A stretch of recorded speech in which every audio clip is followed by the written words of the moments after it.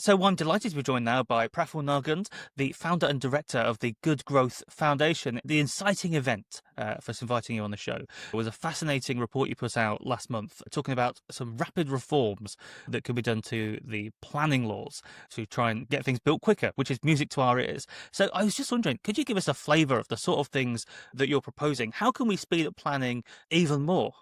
Well, thank you, first of all, for having me. I'm Mm, delighted to be here and hopefully I'll have a bit of fun. So rapid reforms is very much, it's a classic GGF piece of work, if I had to describe anything that we mm. ever do, in that we think these are the kinds of planning reforms that would actually be quite popular. They're very geared towards where housing need is the most, so you would hopefully have an impact on affordability. I think they make a lot of economic sense. That's something that's very important to us too. And they're probably quite good for the public finances and for OBR scoring too. We try to tick that box off as well. So, we like to think that policy proposals we put forward are smart, just, and popular. Those are the three things that we're always looking for.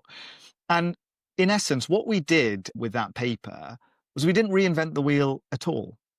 All of these suggestions are sort of out there in the world at large. And what we wanted to do was bring them all together. We put four proposals forward, all of which are either already on the books, but just need to be activated, or one which could be done via the upcoming planning and infrastructure bill, depending on how the government wants to consider the local planning committee bits. And we think if you adopt these four, and I'm happy to talk you through the four things we're talking about, you get a much more strategic system that's primed towards growth, but you also get a system that is very, much more geared towards being rules-based, which we think is very, very important if you're actually going to get stuff built in this country.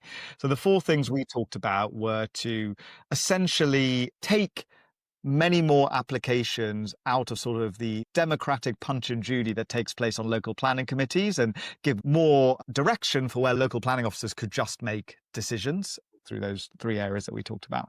We wanted far more extensive usage of the NDMPs that I think they're from the Levelling Up Act.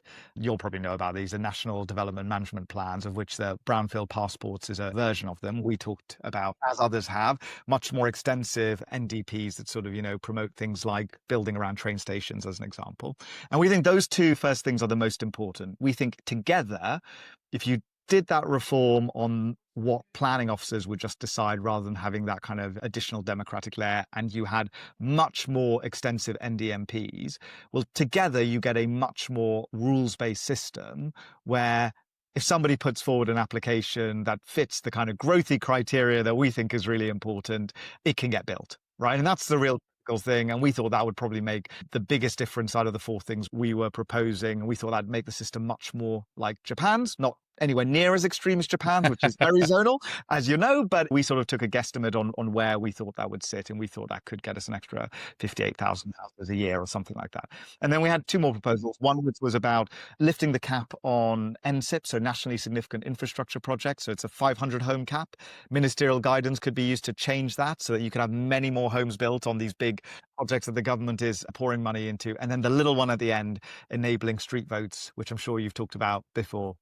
These ideas, I mean, they all sound great to my ears, but I guess I think over the course of doing this podcast and just living in Britain and talking to my co-host Martin, I think I self-radicalized into being a complete ultra on this. So Yeah. how do you think this stuff would go down in terms of so the delegated planning decisions, perhaps, for instance, Yeah. basically, as I understand it, you're essentially cranking the threshold much further because at the moment, as I understand it, you submit a planning application if you just want, a roof extension or something, the planning Yeah. officer can sign that off. If something more controversial, it goes to the councillors. And you're Yeah. saying, well, put even more in the hands of the bureaucrats. I mean, that sounds great to me. I'm a big fan of the bureaucrats, but will How do you think people it would go go for this? Do you down? think? Yeah, Yeah. what's the policy? I mean, this is a thing we think about a lot. So one of the things about the Good Growth Foundation is we don't just think about growthy policies, we think about how does it play out politically in particular. So what does Joe Public and Jane Public think about something like this? And it's Mm. worth talking about another report which we wrote, which you may or may not have heard of, Mind the Growth Gap, where we explored what the public thinks and feels about growth as a concept, what kind of growth they want to see. And the top line is they're actually pretty skeptical that growth benefits them anymore. Not that they've seen much growth in the last few years, but in particular on housing, there is a real struggle at large to connect housing as a growth lever. right? This is a problem that we've seen consistently in focus grouping and in polling, that people kind of go, well, we understand why building more houses might be good for a developer, but if I'm not going to live in that house, what difference does it make to my life or my housing costs or whatever?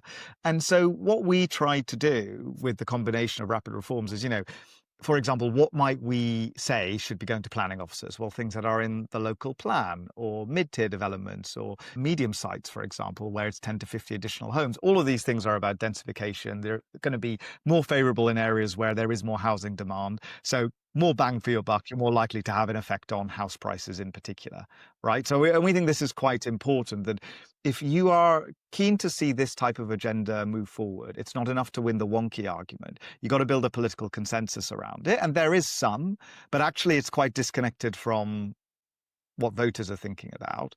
And so it's really important that it is geared towards what is potentially going to have an impact on housing affordability and where the demand is the greatest.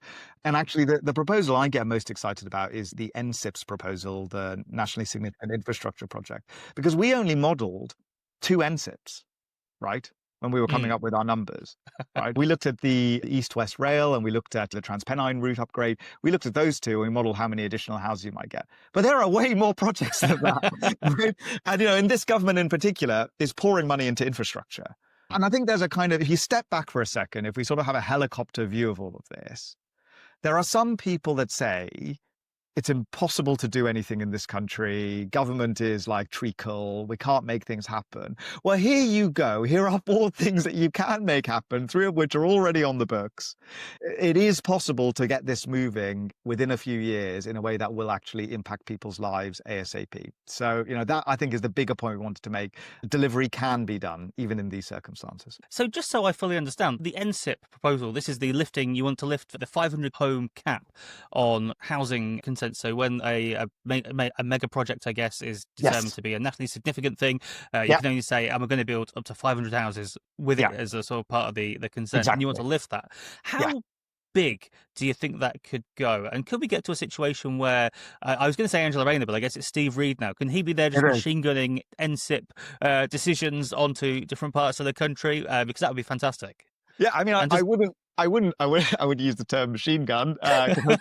Hopefully everyone is very happy. But I definitely think that's a huge opportunity for them. And actually, the fact that that has now changed, we are going again and saying, look, we did talk to MHCLG in the run up to publishing rapid reforms. And we were very glad to see Matt Pennycook pointing out that many of the ideas that we've come up with were interesting and good. And so, we want Steve Reed to be thinking about them as well. But yeah, I mean, look, we looked at, as I said, just those 2 railways, and we estimated that you could get, I think on East-West, it was something like between 13,000 and 22,000 new homes on that route. Transpennine, we had even more, 40 to nearly 70,000 additional new homes. And there is sort of precedent for this, right? Because think about Old Oak Common, where there's been a huge number of homes built. There's something like, 22,000 additional homes there. Elizabeth Line, obviously, loads. If you live in London like I do, we've seen loads of homes sort of spring up around the Elizabeth Line as well. So we know there's substance behind this principle. And actually, this is generally something we are often pressing government to think about, that actually they are already pouring lots of money into lots of big things. How do they maximize that return? How do they get as much as possible from it? Well, this is an example of how you could do it, by sort of combining the infrastructure with the housing as well. And this wouldn't require a law. This is literally something the government We think can this decide is to do just tomorrow. ministerial guidance that it can just be done without the need for new legislation, which is, as I said, the theme of all of these reforms that we put forward. Because, look, we hear noise about a new planning and infrastructure bill. Maybe there'll be another one after this one. Great, no problem. But the country is crying out for change, right? I mean, on a personal level, I care about growth for lots of reasons. I care about growth because I think it's a bit of a moral mission, actually. I've sort of been intellectually influenced by, I don't know if you've ever read it, there was a book called The Moral Consequences of Economic Growth by Benjamin M. Friedman. Not Milton Friedman, Benjamin Friedman. The M stands for moral. And it's all about how actually periods of broad-based economic growth are eras where you have great progressive leaps forward. And I believe it because I experienced it, right? My parents came to this country from India to work in the NHS with very little. And we obviously, our standard of living, our life has been transformed by being in this country. And I ended up with my mum being entrepreneurs and building a business from scratch that became a large business, trying to make a difference in IVF. And so I sort of have drunk the Kool-Aid on this. I really, really believe all of this stuff. And I think I think part of the challenge that we see with populism, which I do see as a challenge to this agenda, by the way, because, populism often results in very economically illiterate things happening, right? Think about Brexit, for example. I know I'm making a big assertion there, but forgive me. That's what the GGF position is. And I think it is not disconnected from stagnant growth. I think it is not disconnected from the fact that people aren't seeing things changing and their lives being changed. So yeah, there's stuff on the books, make it happen. I couldn't agree with you. I think that's a lot of the foundational ideas of our podcast, certainly in terms of we look at the world and think, we need people to be getting richer so they don't vote for the for the bad people.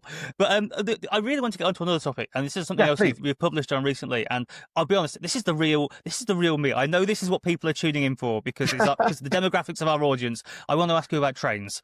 So the Good Growth Foundation, you published another report recently all about bringing back Eurostar services or cross-channel services to Ashford in Kent. So just a little backstory for everyone listening, if they're not familiar. There used to be international trains from Ashford and Ebbsfleet, as well as St Pancras. Then the pandemic happened and Eurostar says it's no longer profitable for us to do this, so they stopped services. And every year since, they've been asked, you can restart them again, and they've gone, oh, not sure.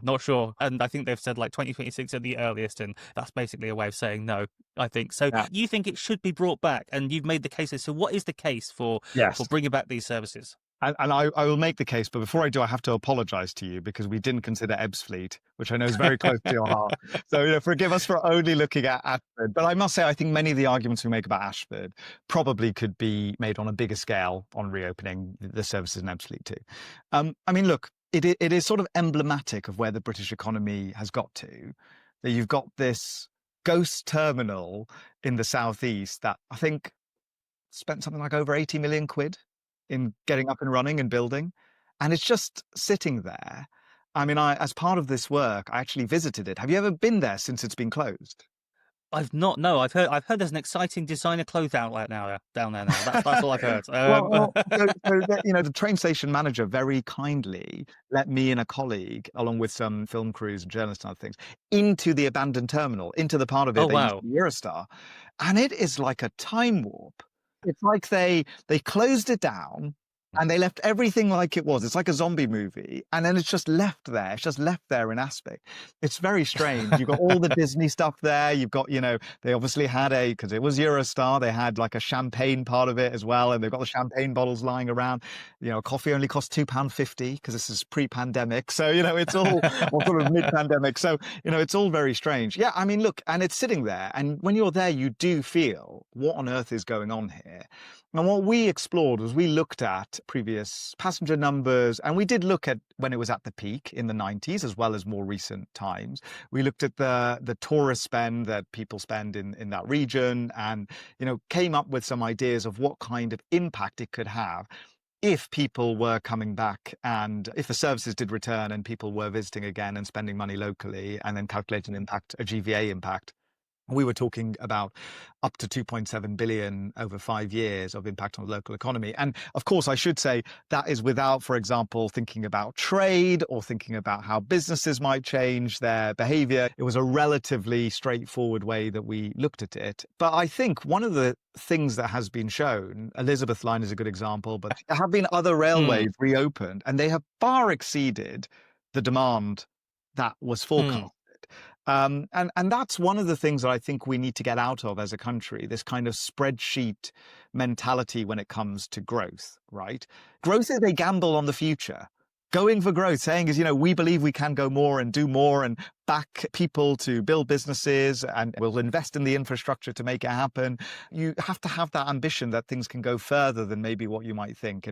And I think that was at the heart of Ashford International, because it is at the center of a region often thought about as very wealthy, but actually there are many pockets of deprivation on the coast. But in Kent in particular, and parts of East Sussex, all roads or all trains lead back to Ashford, which means that if you do fix this, if you do reopen it, it can have this massive effect on the entire region. So yeah, that was our thinking behind Ashford. Fantastic. I think the case is undoubtedly compelling. They should have done this yesterday. But like, what levers does the government have in this case? Yeah. Because I guess this was a business decision by Eurostar originally. They said it's not making money for us. So does the government have a lever? Like, is it just a case of them offering some sort of subsidy and saying, well, we'll pay for it then? Yeah, so I think it's a combination of things. I mean, obviously, the Office for Rail and Road is very important in all of this. And they're obviously deciding about whether or not, they may have decided by the time this goes out, but they're deciding whether or not other operators are going to be allowed on the line.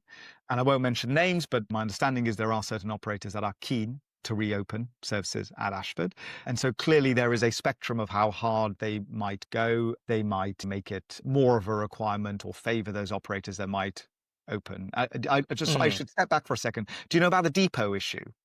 Yeah, but just for the audience's sake, I guess this is there's like a bit of capacity there, and then the government has to decide who gets to use it out of all of these upstart operators, and there's a big fight at the moment going on over it.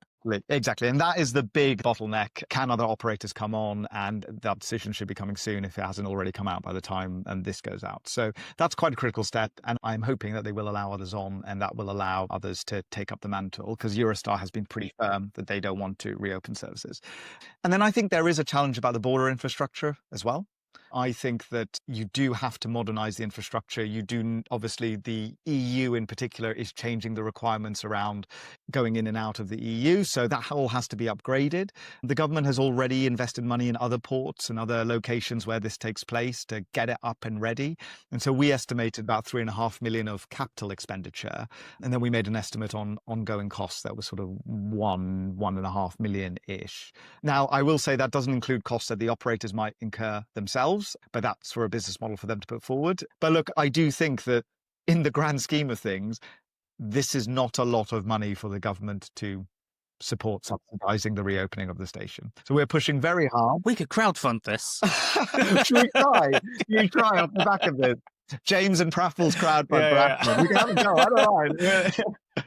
Well, let's give it a go. So before we go, because I want to let you get back to more important things than talking to me, I do want to ask you more broadly. So the Good Growth Foundation, you're the founder. You came up with its central premise. You're putting out all this good stuff. But what actually is good growth? Because we talk about growth a lot on this podcast, and I think a lot of the time we're very much of the mind of like, we just want the line to go up, because we look at all the graphs of like British growth being stagnant, thinking we want stuff to happen in this country. So what is good growth and what is bad growth? That is a great, when we first started this, and that was the first question everybody used to ask me, who is the Bad Growth Foundation? Can't we have any growth, please? I get it. I do get it. And any growth would be nice, to be honest. But I think it comes back to what I spoke about earlier about this kind of the moral mission of growth. For us, we're very open about this, that we have progressive politics. We're not aligned with a political party, though obviously I am obviously associated personally with the Labour Party. I'm a former Labour candidate at the general election. But the idea that we want to tie growth to progressive outcomes, that's where we start. And I think part of the challenge around good growth is that with that starting point, people have then tried to make it all things to all people. And that means that it's very hard to actually do anything, because you can't navigate the trade-offs, right? Because you can't do all things all the time, and you have to make some compromises if you want growth to happen. I think what we really care about is going back to this idea of, will a broad base of people benefit from growth? And that's why we started off with, trying to understand what the public actually want from growth. And we got very clearly this sense that actually they felt like the economy didn't work for them anymore, that there was a time 20, 30 years ago where they felt if the economy grew overall, it would benefit their lives. But actually people feel that less and less today. And I have to say, as a former entrepreneur, that was quite challenging, because, I grew up under the last Labour government. Aspiration was at the heart of that government. My parents believed that. I believe that. We ran a business that was trying to use innovation to tackle the cost of fertility care. It had a social mission, but we believed aspiration is a good thing. And then I'm doing this work now, and I'm talking to the general public. And when nigh on 70% of people will pick basic financial security over aspiration, you've got a big, big problem. So, I think it's really important that on this real mission for growth that everybody that we're talking to does also agree with, it's really important that we make sure it's connected to people's lives so we can maintain that consensus around it. So it can be there, not just for one parliament, but so that also we can get the kind of moral outcomes that I really care about and my team really care about as well. So does that give you a flavor of the way we think about it? And it has a big impact, I should say, on the way we work. So unlike many other think tanks, so we have in-house polling. So we're able to run our own polls. We don't have to go externally to do that. We have our own in-house focus grouping alongside policy development and economic analysis. So we'll often go out and talk to the public and understand the mood and where the argument is at, when we're also doing policy work and trying to understand what the right thing is for growth too. Fantastic. It's all really good stuff. So we're going to put links to all of your reports we've mentioned and everything on abundancepod.com. But for now, Praful Nargund, thank you very much. Thank you very much. Thanks for having me.